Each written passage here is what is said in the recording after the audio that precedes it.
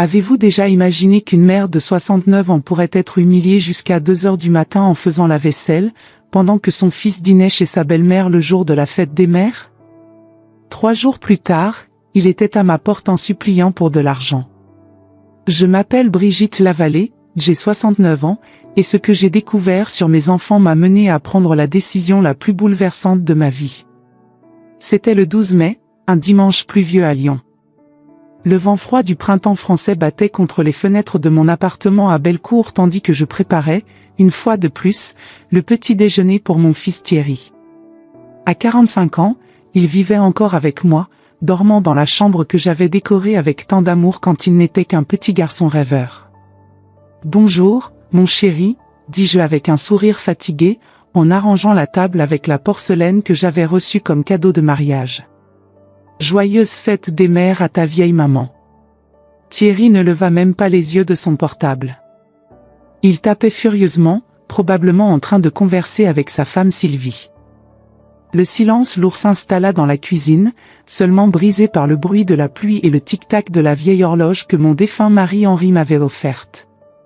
L'odeur des croissants frais que j'étais allé chercher à l'aube chez Monsieur Antoine, le boulanger de la rue, remplissait l'air matinal. J'avais aussi préparé du café fort, exactement comme Thierry l'aimait, dans la cafetière en aluminium que j'utilisais depuis 30 ans.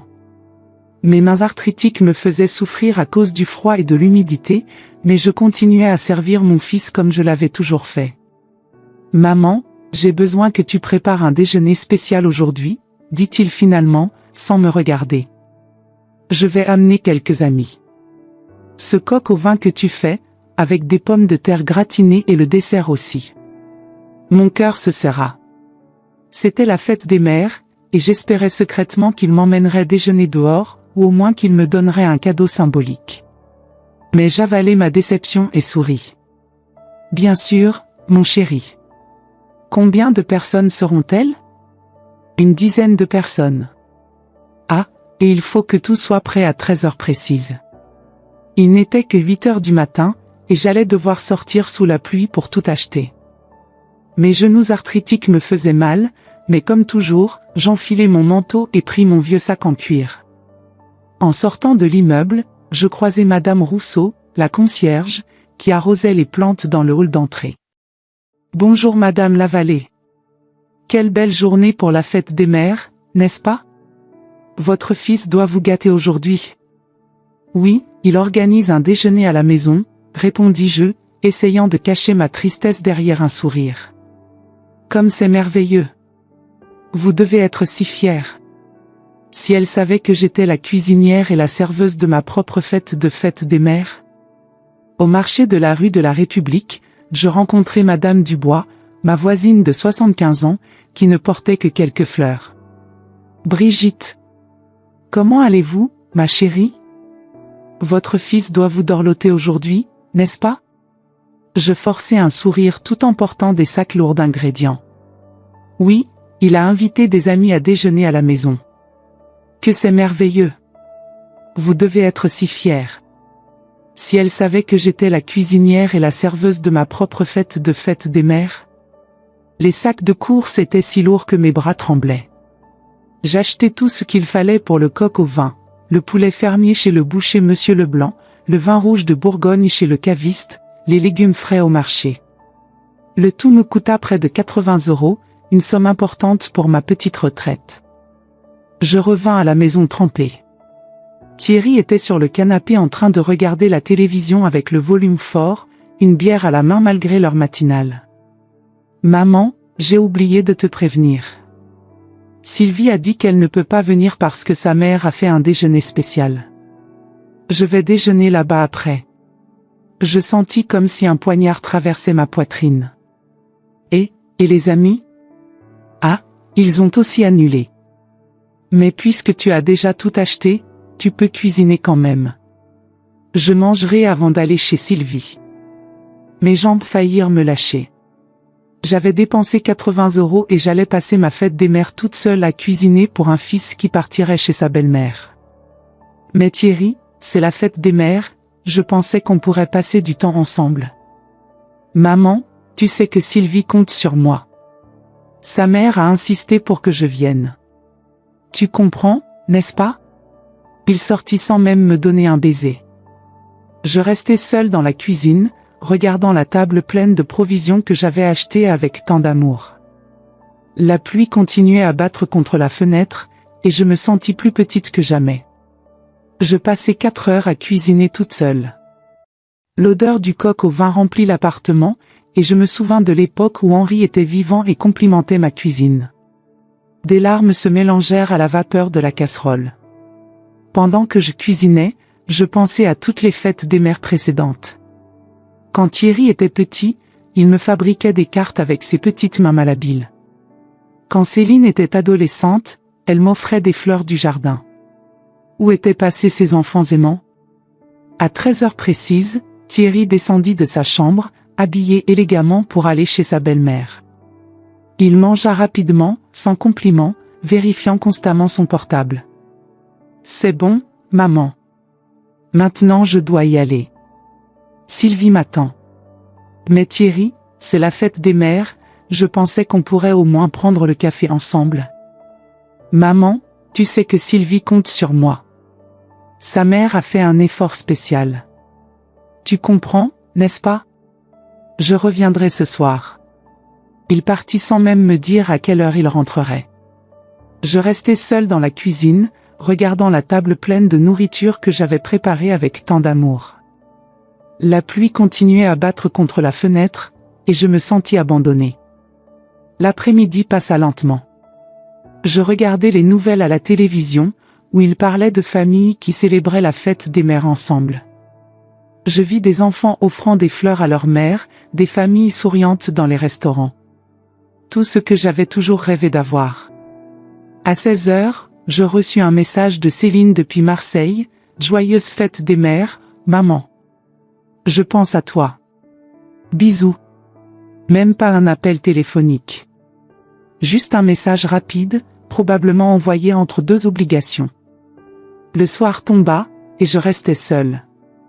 Je mangeais un peu du coq au vin que j'avais préparé, mais il avait le goût de la solitude. Je pensais à Henri, qui aurait certainement organisé quelque chose de spécial pour moi s'il était encore vivant. Mais le pire était encore à venir. Vers 23 heures, j'entendis la clé dans la porte.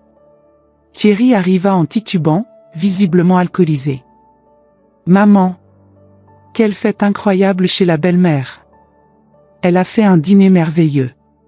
Beaucoup mieux que, enfin, tout est très sale ici. Il faut tout nettoyer avant de dormir. » Je regardais la cuisine. Il y avait des assiettes, des casseroles, des couverts, des verres éparpillés partout. Il était presque minuit. « Thierry, je suis très fatiguée. Je peux laver demain matin? » « Non, maman. Je ne supporte pas une maison sale. Et demain j'ai une réunion importante. Il faut que tout soit propre quand je me réveillerai. » Sa voix était dure, autoritaire. Ce n'était plus mon petit garçon qui me demandait gentiment de l'aide. C'était un homme de 45 ans qui traitait sa mère comme une employée de maison. « Mais mon chéri, mes mains me font mal, et... »« Maman, j'ai dit que je veux que ce soit propre. Tu n'as rien fait de spécial aujourd'hui à part cuisiner. Le minimum c'est que tu nettoies après. » Rien fait de spécial?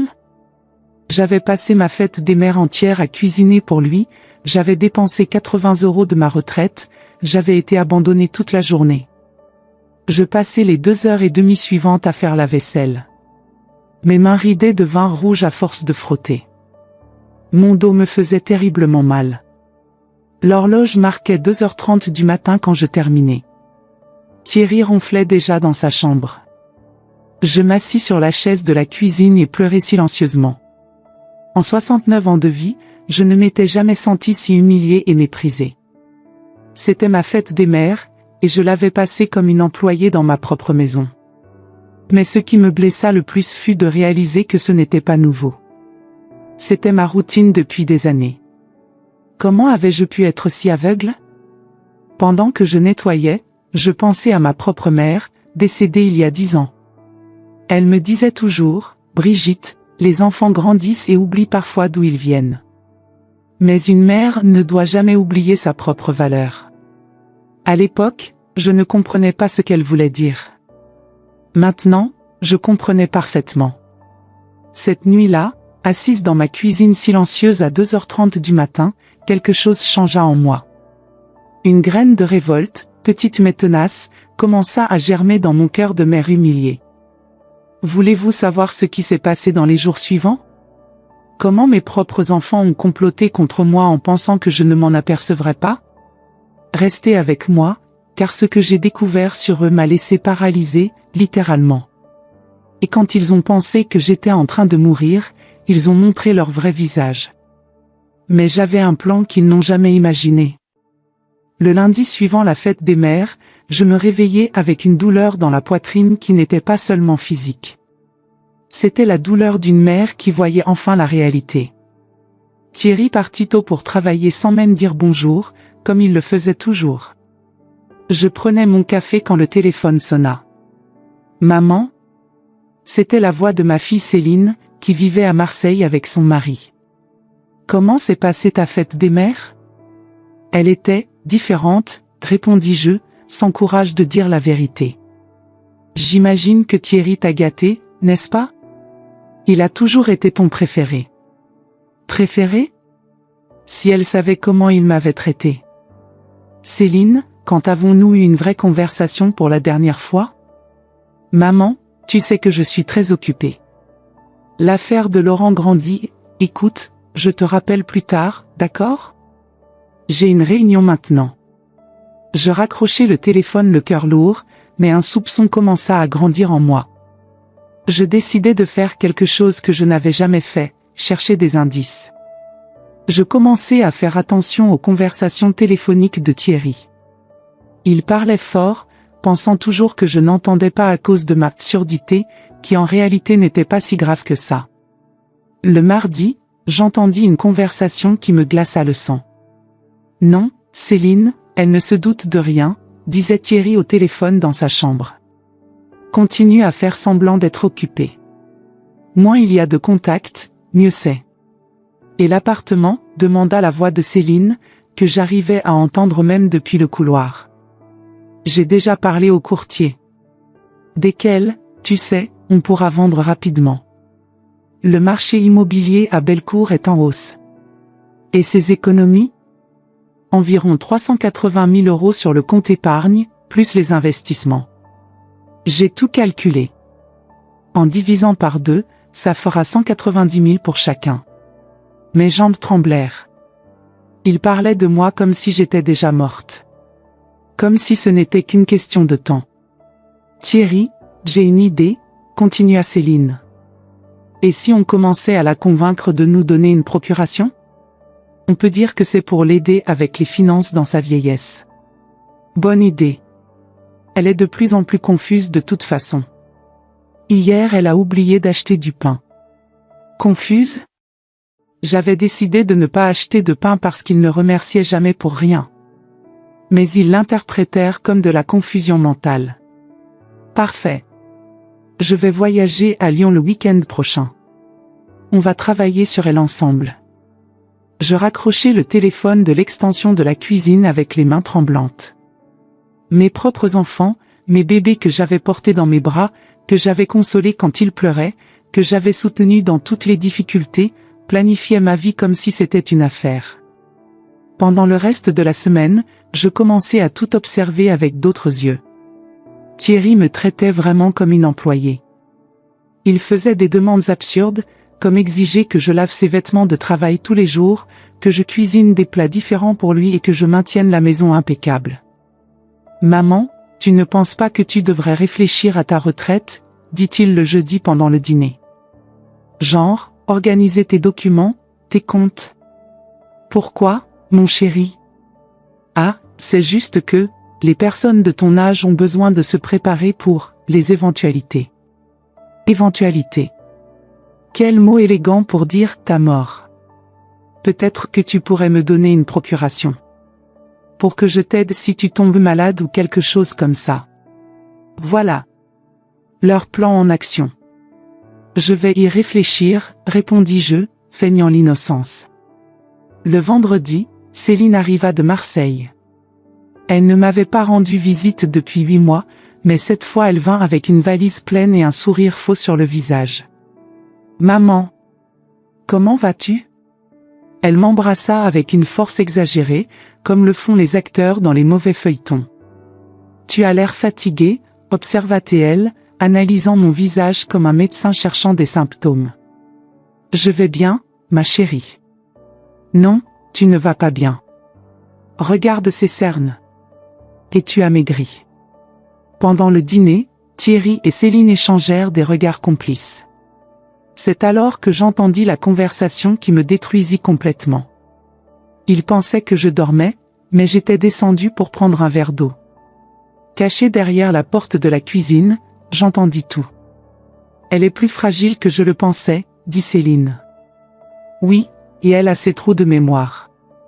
Hier elle a demandé 3 fois quelle heure il était. » Mensonge. Je n'avais demandé qu'une seule fois, et c'était parce que l'horloge de la cuisine était arrêtée. Thierry, je dois te dire quelque chose. Laurent a des problèmes dans son affaire. On a besoin de cet héritage plus tôt que prévu. Des dettes? Beaucoup.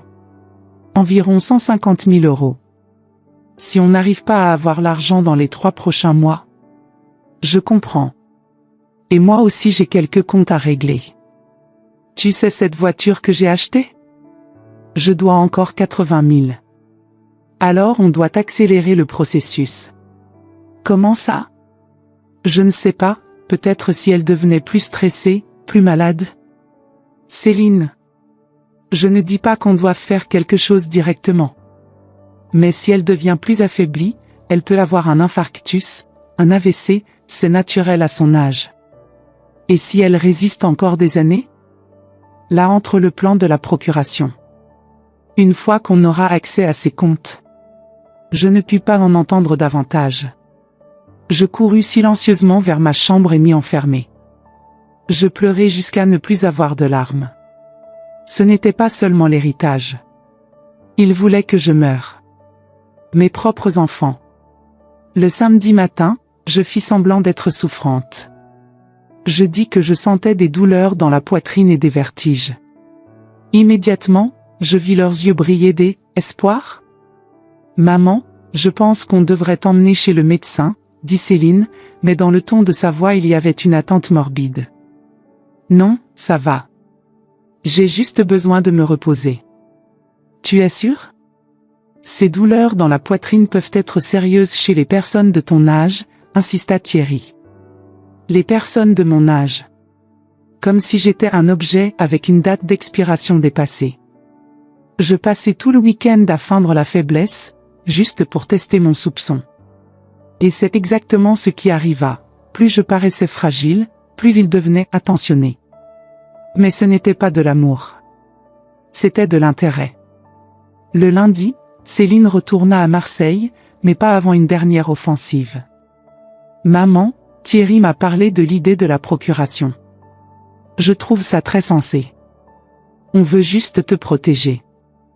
Je vais à la banque mercredi pour régler ça, mentis-je. Parfait. Tu es si sage, maman. Sage? J'étais juste une vieille idiote qui avait mis 69 ans à réaliser qu'elle avait élevé de monstres. Après son départ, je me retrouvais seule avec Thierry à nouveau. Mais maintenant tout était différent. Chaque geste de sa part, chaque mot, chaque demande absurde avait un but sombre. Le mardi soir, je l'entendis parler au téléphone à nouveau. Elle a accepté la procuration. Non, Céline, elle ne se doute de rien. Elle continue à penser qu'on est des enfants dévoués. Oui, mercredi elle va à la banque. Parfait, alors jeudi on peut commencer à faire bouger ses comptes. C'est alors que tout changea pour moi. Ce n'était pas seulement une question d'argent. C'était une question de qui j'étais vraiment. Pendant des décennies, je m'étais entièrement consacrée à mes enfants. J'avais sacrifié ma carrière, mes rêves, mon propre bonheur. Et j'ai découvert que, pour eux, je n'étais qu'un obstacle entre eux et un héritage. Mais ils ne savaient pas quelque chose de très important sur moi. Quelque chose que même Henri, Mon défunt mari ne savait pas complètement. Je n'étais pas seulement une femme au foyer retraité. J'avais des secrets. Et des ressources qu'il n'avait jamais imaginées. Le mercredi matin, je fis semblant de sortir pour la banque. Mais ce n'est pas là que j'allais.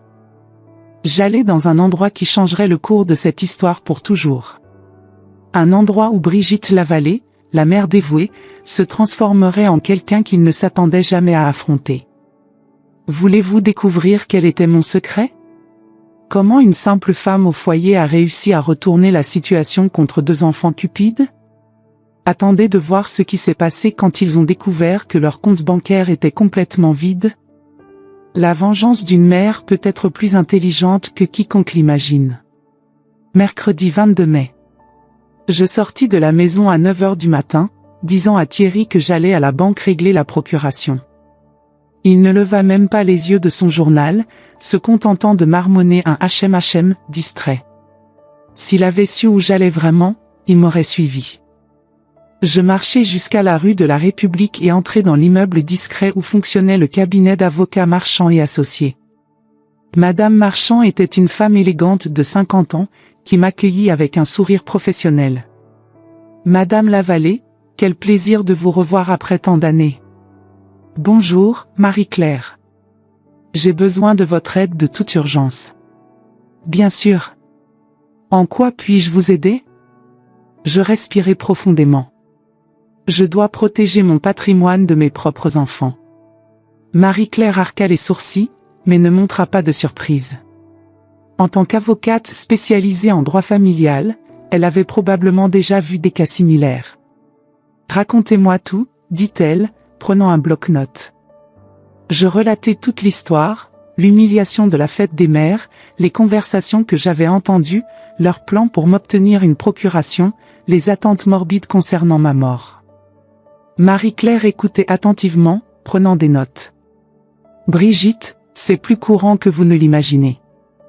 Malheureusement, certains enfants voient leurs parents seulement comme une source d'héritage. Que puis-je faire? Plusieurs choses. Premièrement, nous allons modifier complètement votre testament. Deuxièmement, je vais préparer des documents qui protégeront vos biens de toute procuration frauduleuse. Et troisièmement, elle sourit avec malice, nous pouvons leur donner une leçon. Comment? Vous avez des comptes dans combien de banques? 3.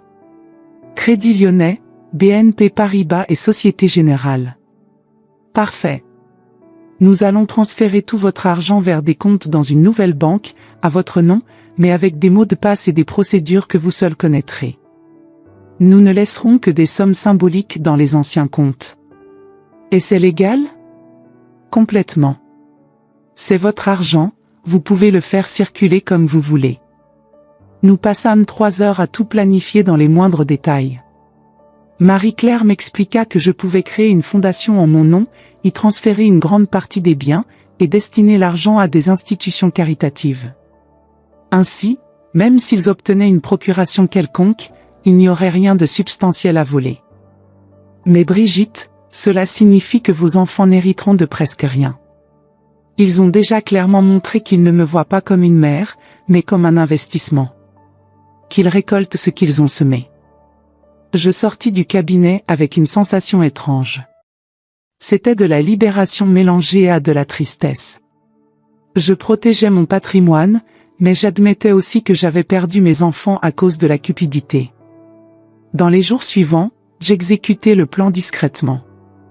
Je transférais 350 000 € vers le nouveau compte, ne laissant que 5 000 dans chacun des anciens. Je signais les nouveaux documents légaux. Je créai la fondation Brigitte Lavallée pour l'assistance aux personnes âgées abandonnées, une ironie que moi seul comprenais. Thierry remarqua que je sortais plus de la maison, mais ne se douta de rien. « Où vas-tu tant, maman ?»« Chez le médecin, à la pharmacie, à la banque, des choses de vieille, » répondais-je avec innocence. À la fin mai, Céline appela euphorique.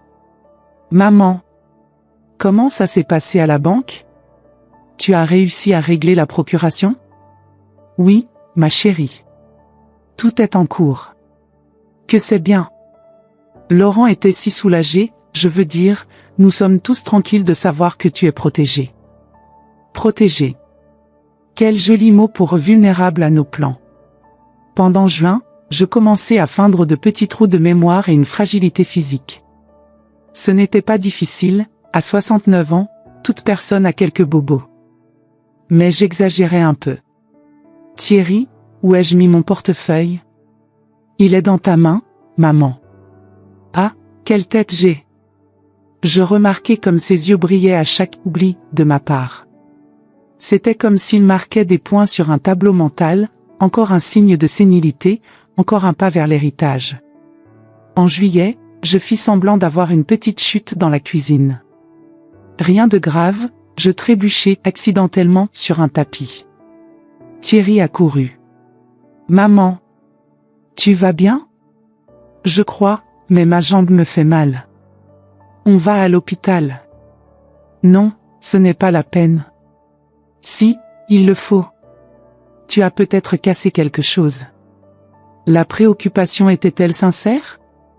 Ou voulait-il un diagnostic médical qui prouverait ma fragilité? À l'hôpital, après que tous les examens montrèrent que j'allais parfaitement bien, j'entendis Thierry converser avec le médecin.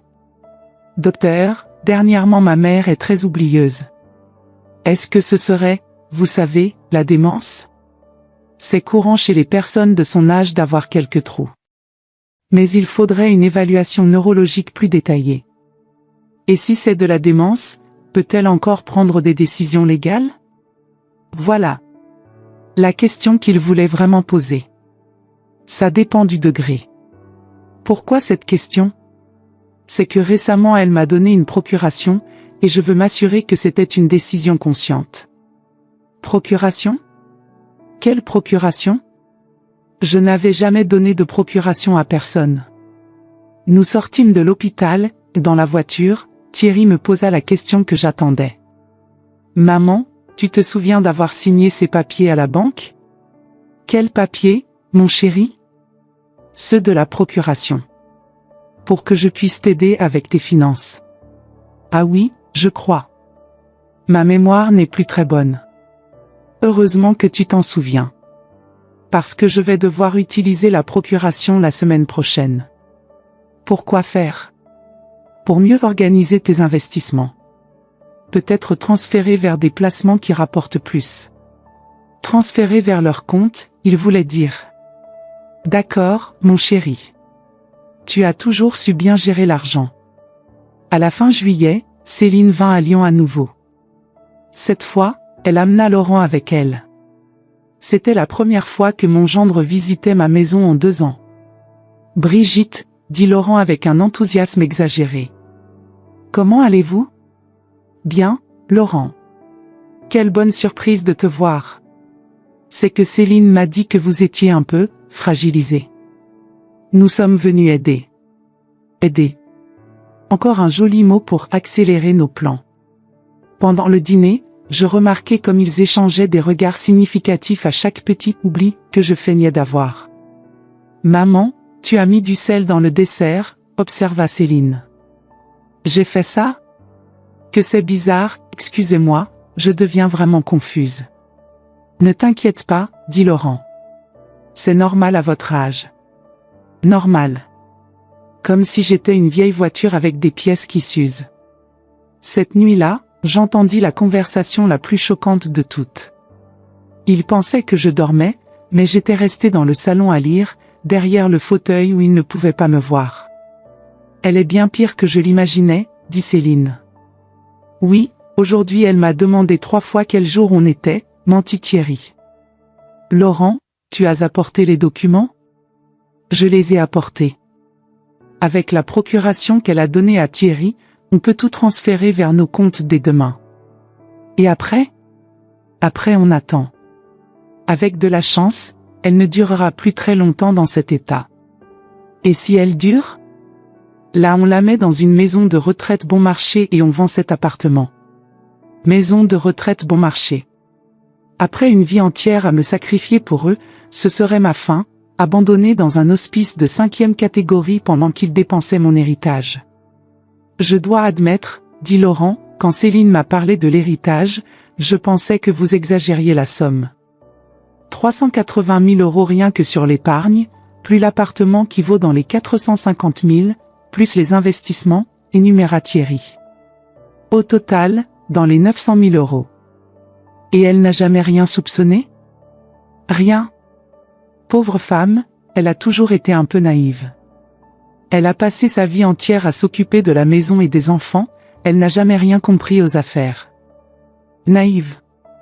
Moi, qui avais construit ce patrimoine en travaillant comme comptable pendant 30 ans avant de me marier, qui avait investi sagement chaque centime, qui avait acheté l'appartement quand Bellecour était encore bon marché. Naïve. Demain matin on va à la banque, dit Céline. Je veux voir l'argent sur notre compte avant de retourner à Marseille.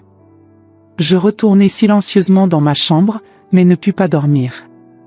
Demain serait le jour où il découvrirait mon petit secret. Le jeudi 25 juillet, je me levai tôt et préparai le petit déjeuner comme toujours.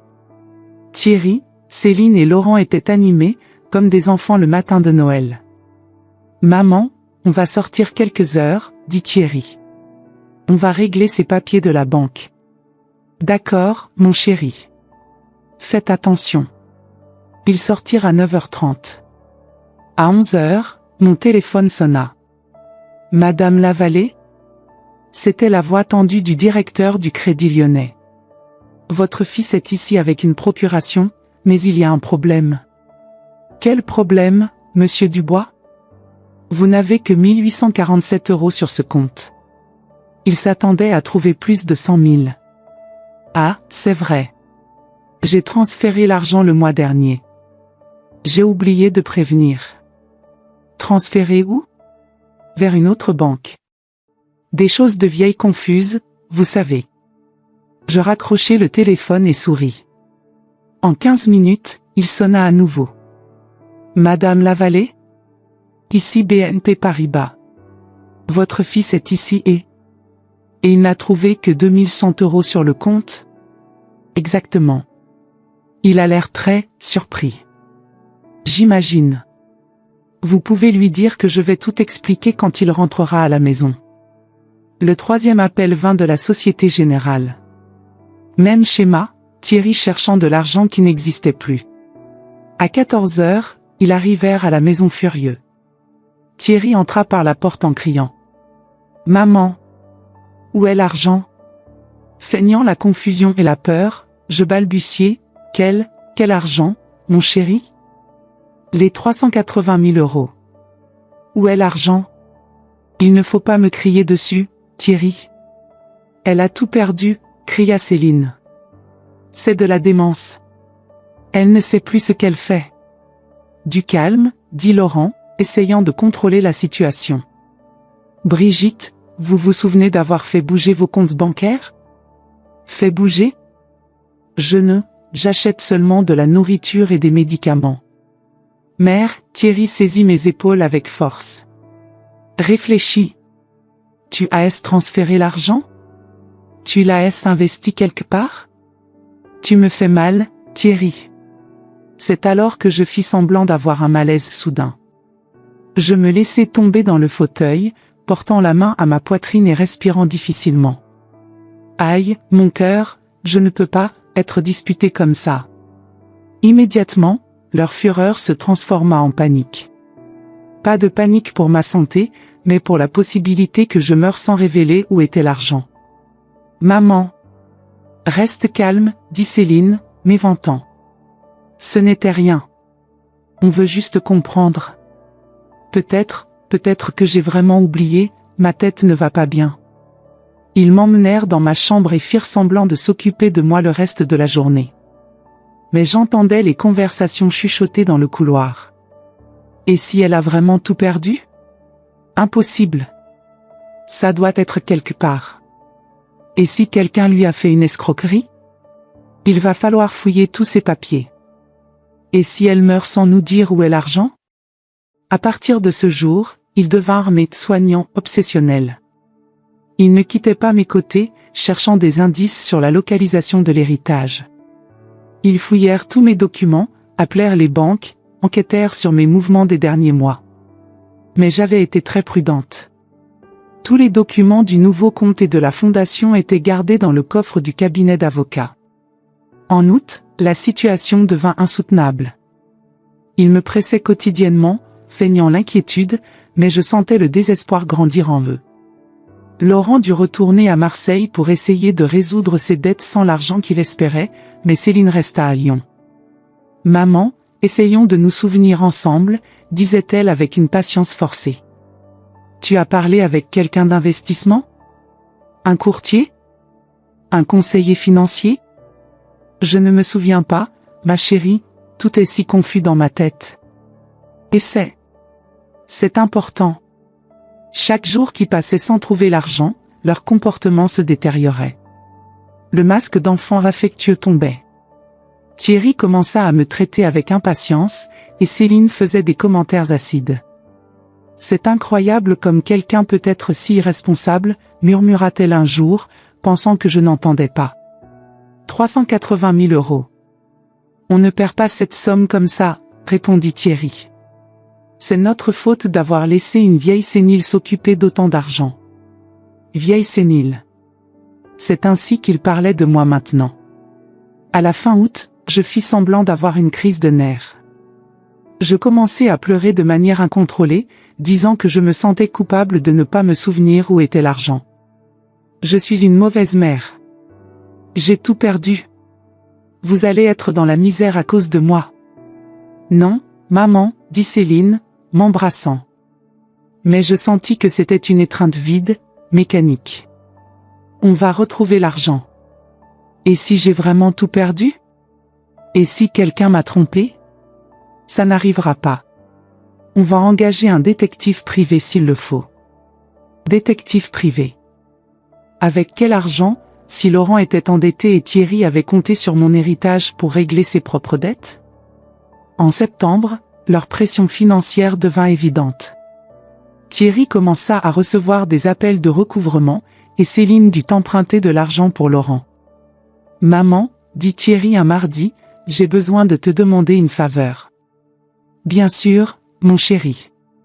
J'ai besoin de 5 000 € en prêt. C'est pour régler une dette urgente. Mais, je n'ai pas tant d'argent, Thierry. Tu sais que mes comptes sont presque vides. Tu peux vendre quelque chose. Tes bijoux, ou? Thierry. Ces bijoux appartenaient à ta grand-mère.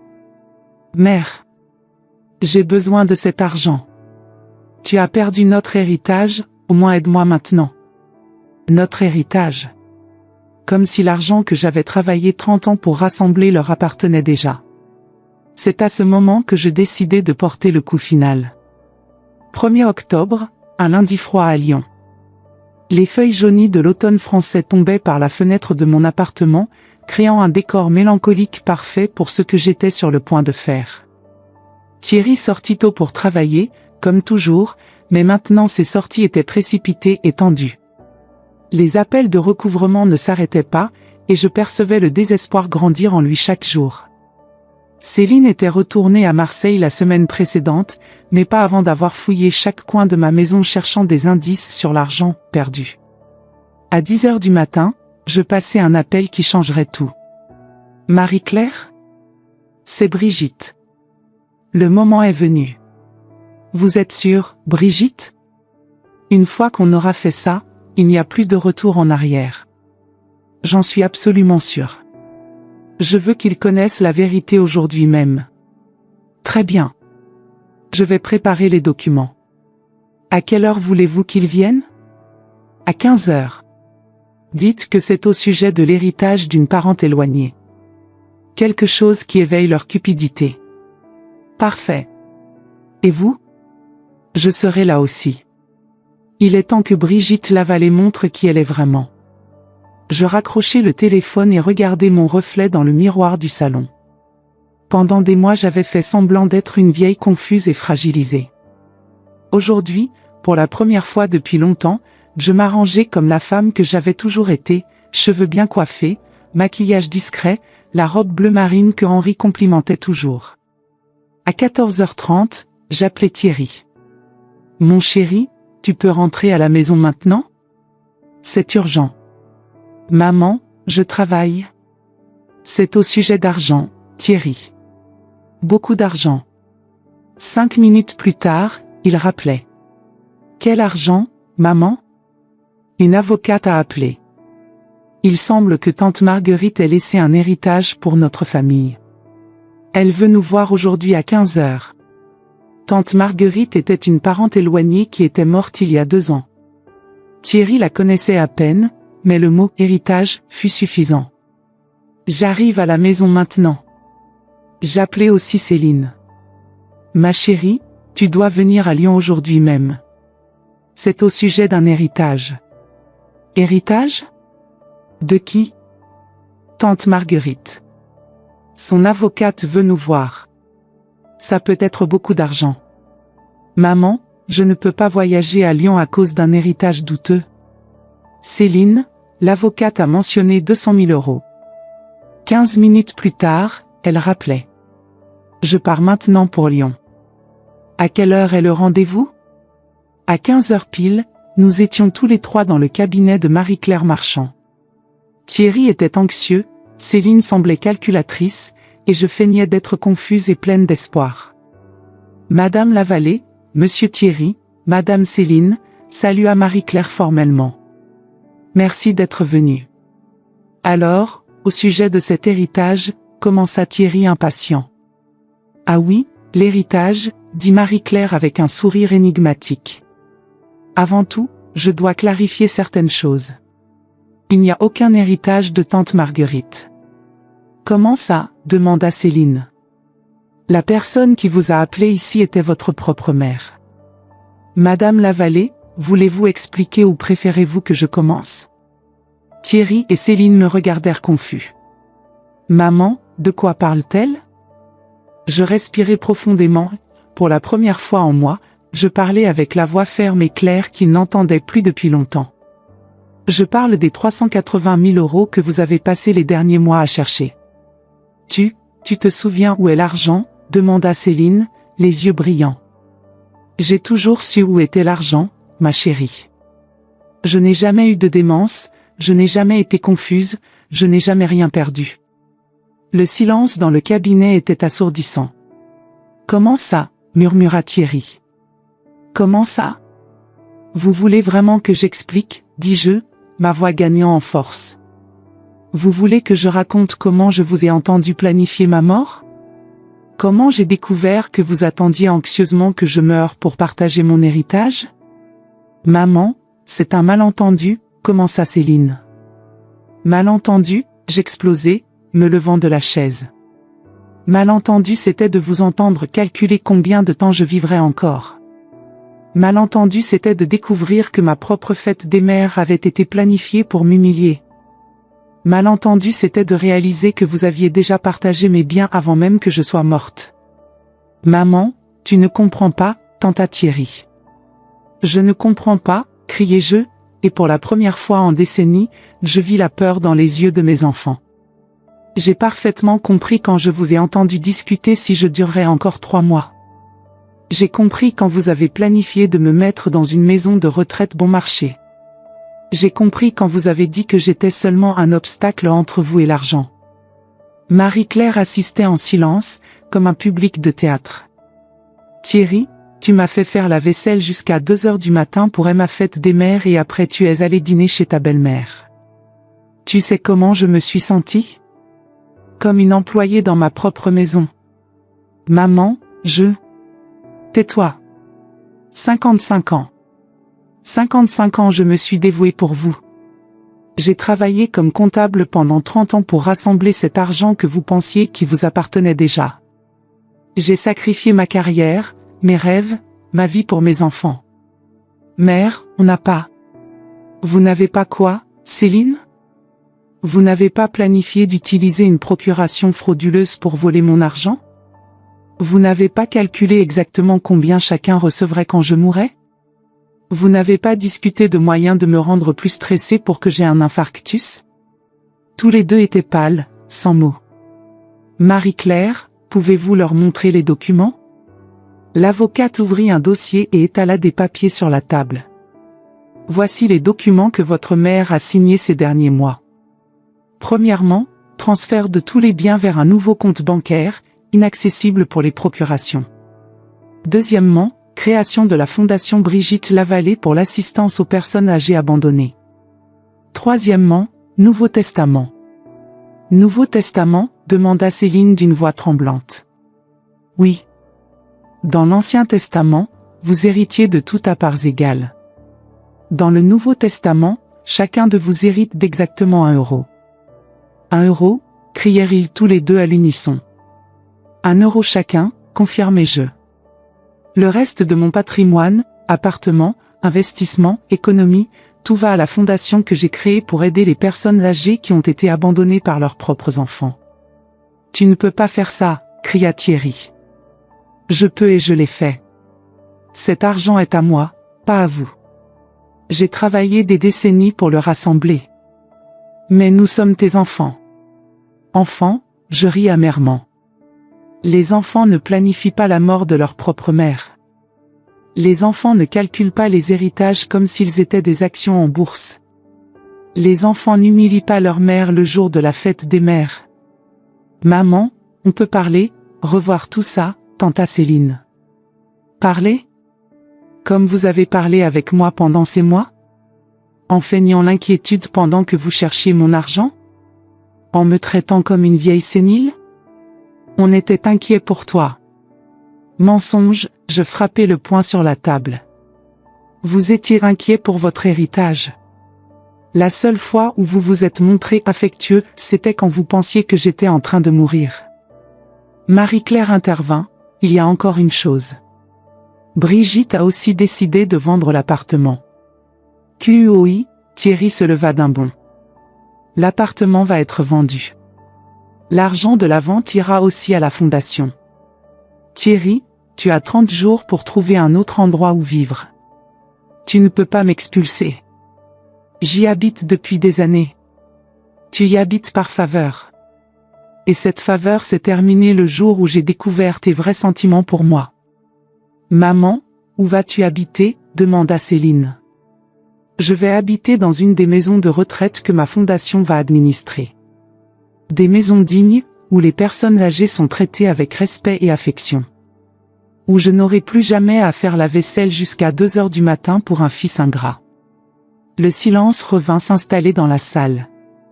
Thierry et Céline me regardaient comme s'ils ne me reconnaissaient pas. Vous voulez connaître la vérité, continuai-je, ma voix maintenant plus douce, mais chargée de tristesse. Pendant des mois, j'ai fait semblant d'avoir de la démence pour vous tester. Pour voir s'il restait un peu d'amour, un peu de respect, un peu de gratitude pour les 69 ans que j'ai consacrés à être une bonne mère. Et nous avons échoué au test, murmura Céline. Vous avez lamentablement échoué. Non seulement vous avez échoué mais vous avez montré que vous étiez capable de désirer la mort de votre propre mère pour de l'argent. Maman, Thierry essaya de s'approcher. Non, je reculai. Ne m'appelle pas maman. Les mamans sont aimées, respectées, soignées dans leur vieillesse. Les mamans ne sont pas vues comme des obstacles pour un héritage. Mais tu es encore notre mère. Je suis la femme qui vous a mis au monde. Mais vous avez cessé d'être mes enfants le jour où vous avez planifié ma mort. Marie-Claire se leva, je crois qu'il n'y a plus rien à discuter ici. Les documents sont tous signés et enregistrés. Ils sont irrévocables. Attendez, cria Céline. Il doit y avoir quelque chose qu'on puisse faire. Un accord. Accord, je la regardais avec dédain. Quel genre d'accord? Vous promettez de faire semblant de m'aimer pendant quelques années en échange de l'héritage? Nous t'aimons, maman. Vous aimez mon argent. Si vous m'aimiez, vous n'auriez jamais planifié ma mort. Si vous m'aimiez, vous ne m'auriez pas humilié le jour de la fête des mères. Si vous m'aimiez, vous ne seriez pas ici en pleurant pour l'héritage perdu, mais pour la relation détruite. On peut changer, dit Thierry désespérément. Changer? À 45 et 42 ans, vous allez changer? Thierry, tu m'as traité comme une employée pendant des années. Céline, tu ne me rendais pas visite depuis des mois avant de découvrir que tu pouvais hériter de l'argent. Mais nous sommes une famille. Famille, je ris sans humour. La famille se réunit par amour, pas pour l'héritage. La famille s'occupe des personnes âgées, elle ne planifie pas de s'en débarrasser. La famille célèbre la fête des mères, elle n'utilise pas ce jour pour humilier la mère. Je me dirigeais vers la porte, mais me retournai une dernière fois. Thierry, tu te souviens quand tu étais petit et que tu as eu une pneumonie? J'ai passé 3 semaines à l'hôpital sans quitter ton chevet. Céline, tu te souviens quand tu pleurais à cause de ce garçon à l'école? Je t'ai consolé tous les soirs pendant 2 mois. Ils baissèrent les yeux. J'ai passé 69 ans à être votre mère. Maintenant je vais passer le reste de ma vie à être la mère de personnes âgées abandonnées. Au moins eux me verront comme une bénédiction, pas comme un obstacle. Maman, attends, Céline courut derrière moi. Adieu, Céline. Adieu, Thierry. J'espère que l'argent que vous vouliez en vaut la mère que vous avez perdue. Je sortis du cabinet sans regarder en arrière. Dans la rue, je respirais profondément l'air froid d'octobre. C'était de la libération, mais aussi de la douleur. J'avais perdu mes enfants, mais récupéré ma dignité. 3 jours plus tard, Thierry apparut à ma porte. Ce n'était plus l'homme arrogant d'avant. Il était abattu, avec des cernes, des vêtements froissés. Maman, s'il te plaît. Thierry, tu as 27 jours pour quitter l'appartement. Je n'ai nulle part où aller. Je suis au chômage, plein de dettes. Ce n'est plus mon problème. Tu vas vraiment me laisser dans la rue? Tu n'allais pas me laisser dans une maison de retraite bon marché? Il commença à pleurer. C'était la première fois que je voyais mon fils pleurer depuis qu'il était enfant. Je me trompais, maman. Pardon. Thierry, quand tu avais 8 ans et que tu as cassé le vase de grand-mère, tu as demandé pardon et j'ai pardonné. Quand tu avais 16 ans et que tu as eu un accident de voiture, tu as demandé pardon et j'ai pardonné. Quand tu avais 25 ans et que tu as dépensé tout ton salaire au casino, tu as demandé pardon et j'ai pardonné. Alors tu peux me pardonner maintenant aussi. Je ne peux pas, mon petit. Parce que cette fois tu n'as pas cassé un vase ou eu un accident de voiture. Tu as brisé le cœur de ta mère. Et les cœurs de mère de 69 ans ne se réparent pas avec un « pardon ». Point. Je fermai la porte, mais je pouvais encore l'entendre pleurer de l'autre côté. Une semaine plus tard, ce fut le tour de Céline d'apparaître. Elle amena Laurent avec elle, et tous les deux semblaient désespérés. « Brigitte, dit Laurent, je sais que je n'ai pas le droit de demander quoi que ce soit, mais... » Vous n'en avez pas, en effet. Nous sommes ruinés. Les dettes, sans l'héritage, nous allons tout perdre. Vous allez apprendre à travailler et reconstruire vos vies, comme je l'ai fait à 25 ans quand Henri est mort. Mais tu peux nous aider. Tu as de l'argent. J'en ai. Et je vais l'utiliser pour aider des personnes âgées qui en ont vraiment besoin, pas des enfants cupides qui m'ont vu comme un investissement. S'il te plaît, au moins pour Céline, c'est ta fille. Elle a cessé d'être ma fille le jour où elle a planifié ma mort. Aujourd'hui, 6 mois plus tard, j'habite dans la première maison de la Fondation Brigitte Lavallée. C'est un endroit beau, avec des jardins bien entretenus, où 20 personnes âgées vivent dans la dignité. Certaines ont été abandonnées par leurs enfants, d'autres n'ont jamais eu de famille. Ici on m'appelle « Maman Brigitte » par tous. Je m'occupe d'eux, ils s'occupent de moi. C'est l'amour authentique que je n'ai jamais eu de mes propres enfants. Thierry habite dans un petit appartement loué à Vaux-en-Velin, il travaille comme livreur de nourriture pour payer ses dettes.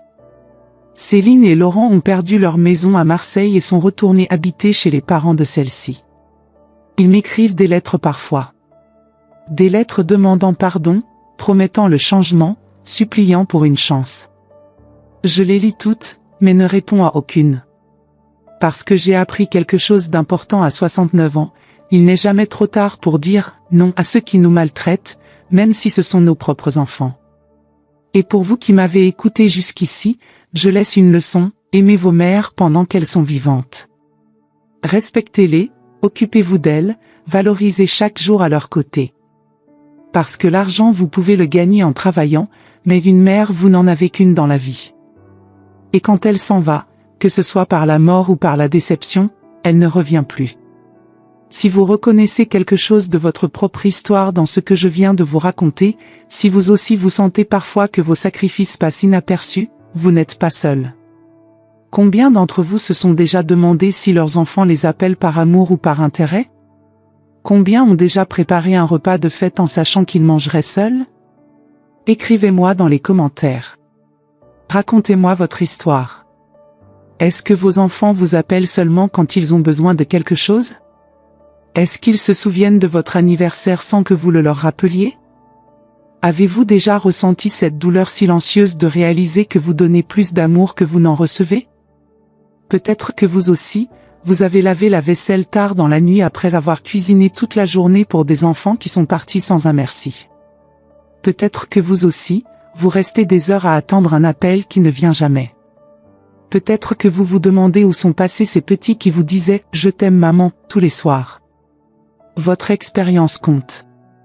Votre douleur mérite d'être entendue. Votre histoire mérite d'être racontée.